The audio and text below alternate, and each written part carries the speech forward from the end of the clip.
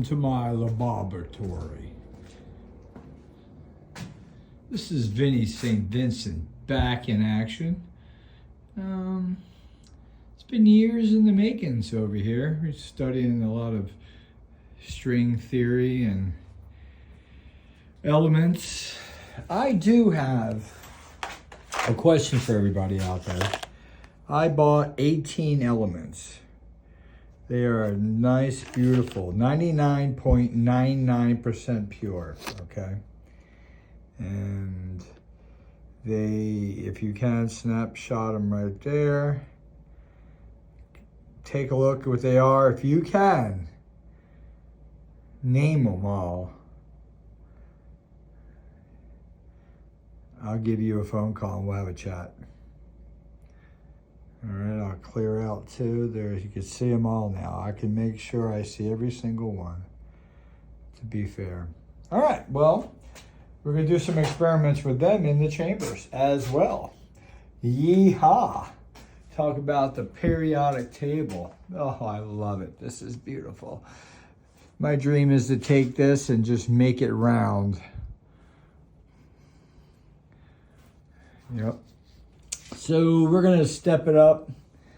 I'm still waiting on my other 4-inch plates. These are 1/4 inch thick. And they got one on the inside, one on the bolted through to the outside with a bolt for a connection. Same thing on that side. Shazam. I'll be having another plate here, one on the inside, one plate here, and one on the inside.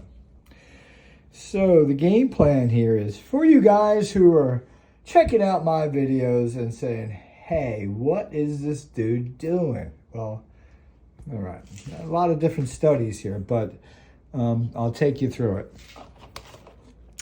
I do have a lot of rocks that I'm finding in my property with crystals growing out of them.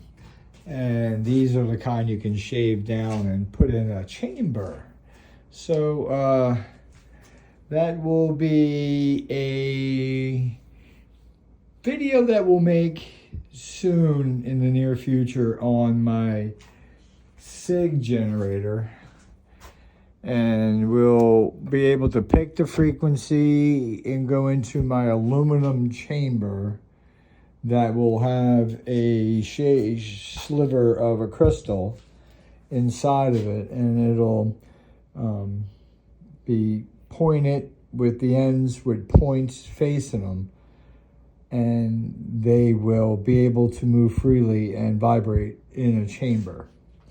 So the idea here is in that chamber is where vibratorial levitation takes place.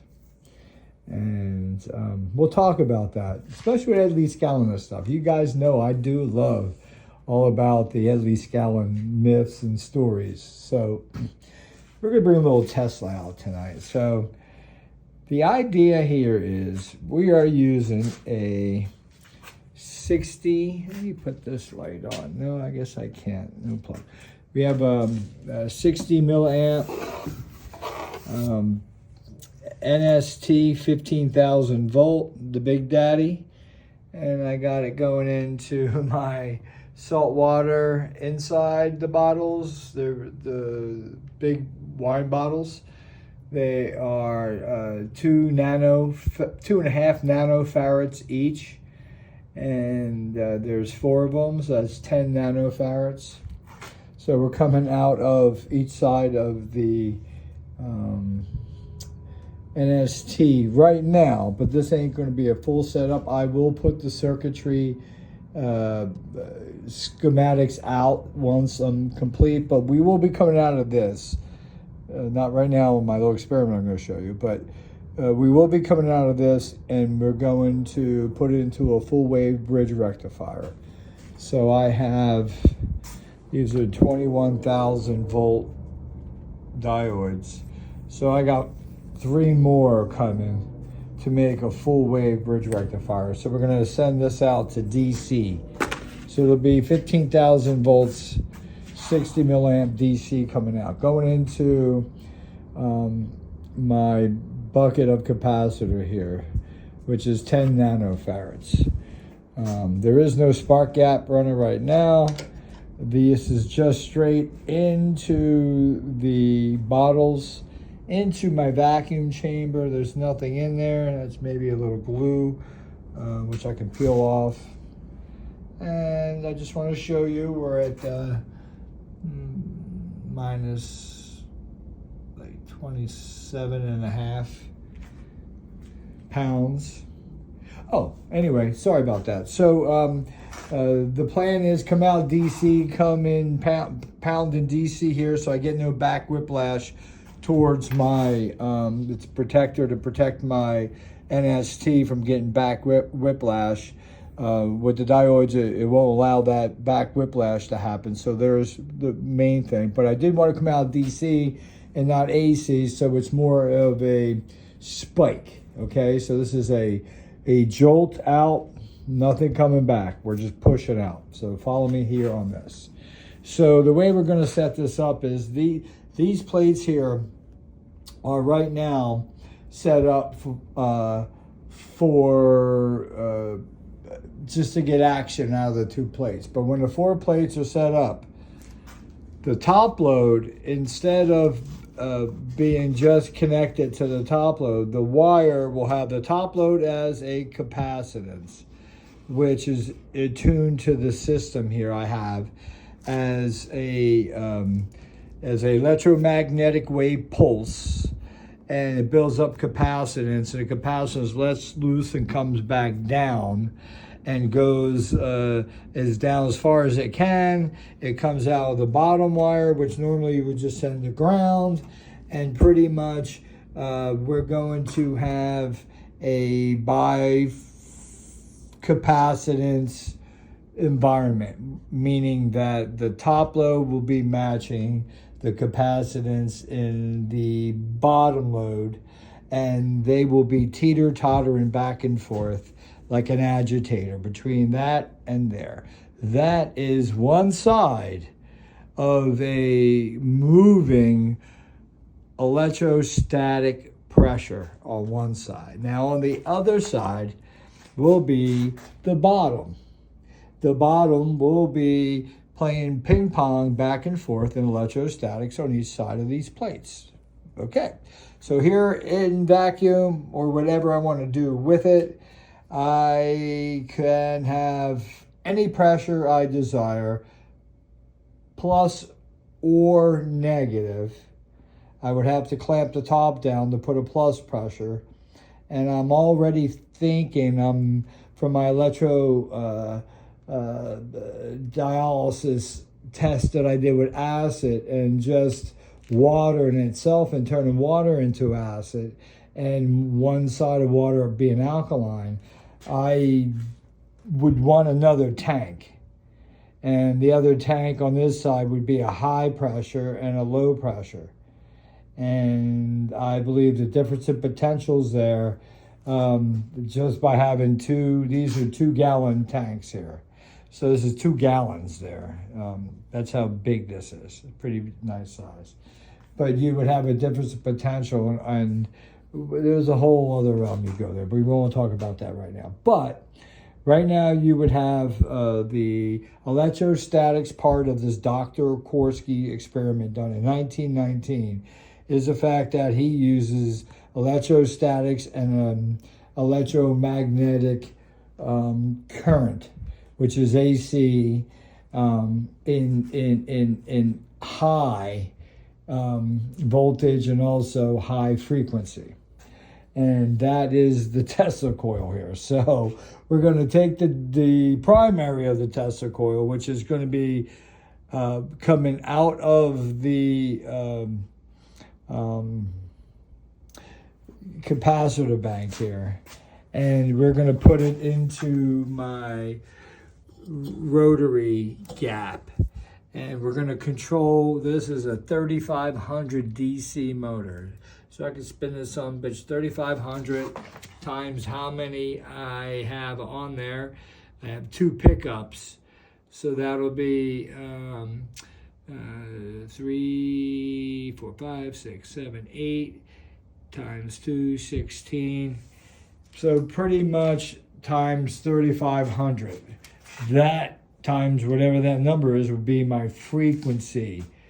I'll be able to control a frequency banging in electromagnetic waves across the plates. The ideal here is to take a crystal, and I have several crystals, especially the one I really want to use is going to be this one. And the reason this one, it ties me to Ed Lee Scallon's wheel. It pretty much is a quartz crystal, okay? And look, it was attached to iron. It's crazy. That's iron ore on there. Look at the color, right? You see that? It's iron ore attached to that crystal. And here you go. Here's the iron ore. There's the iron ore. And that's crazy, crazy, crazy. You got your iron, and there goes your iron. Look at that. And here's the crystal. Shazam. So I want to use this and put this be my #1 experiment, that we're going to pulse inside this vacuum chamber, this crystal. And according to Dr. I melted accidentally, had this in there, and the bismuth melted inside the vacuum chamber.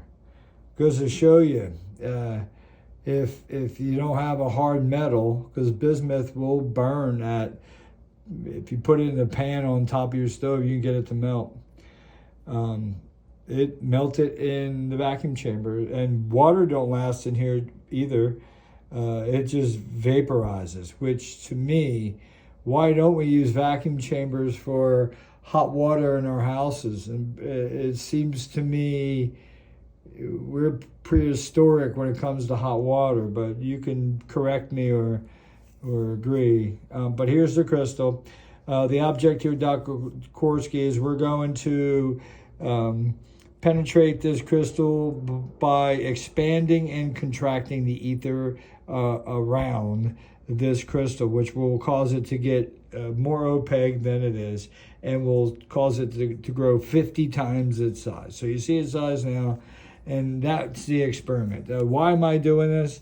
There's a much more cruel, sinister part of me that bigger intent, because I believe that in Rochelle crystals, quartz crystals, piezo effect, turning electromagnetic waves into electromechanical waves.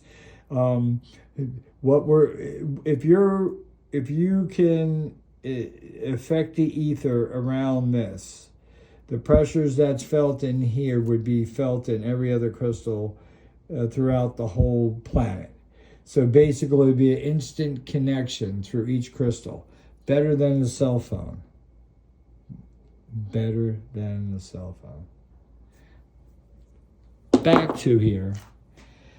So you have your electromagnetic, you have your electrostatic, and that's enough to make this son of a bitch just go. So let's just cut out the bullshit. Leave your comments.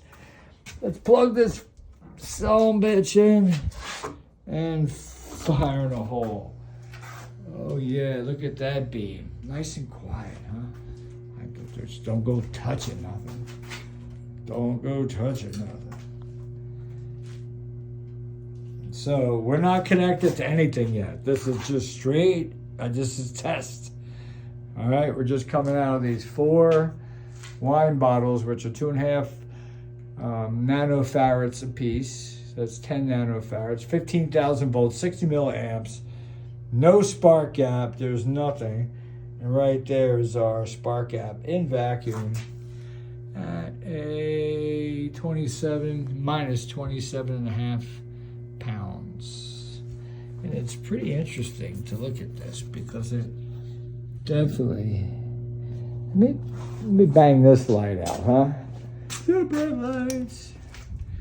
Oh yeah. Now you can just see we got that's our red light telling the transformers on. And there is our beam. It's a cloud. It's a cloud, guys. So that's enough. I would call this electromagnetic. It's a beautiful beam. It is affected electromagnetically. I do have a magnet here somewhere.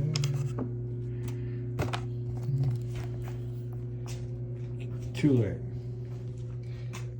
But it is affected by the magnet. I did put bismuth in here, not with this serious setup. I did that with the pitch cutter, 12 volt, and you know, the beam arced around the bismuth. Paramagnetic, diamagnetic. Interesting how 90 degrees off bismuth is versus ferromagnetic. So look at that beam, look at the crystals shooting across. You can see that. Let me get down here. You can see right there.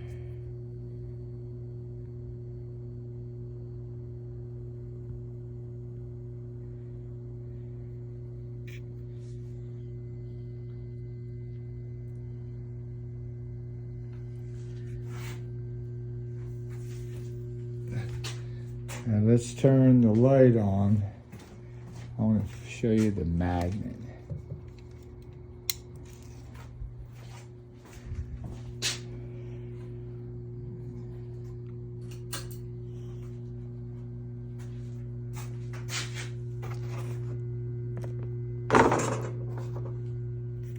Huh.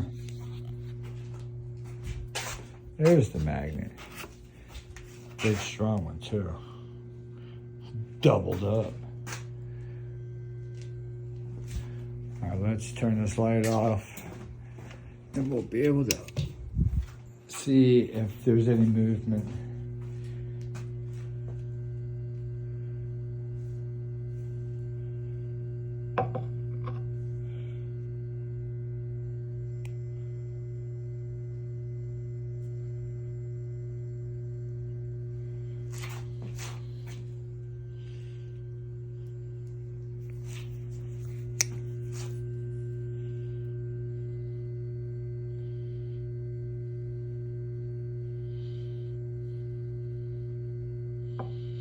See it moving?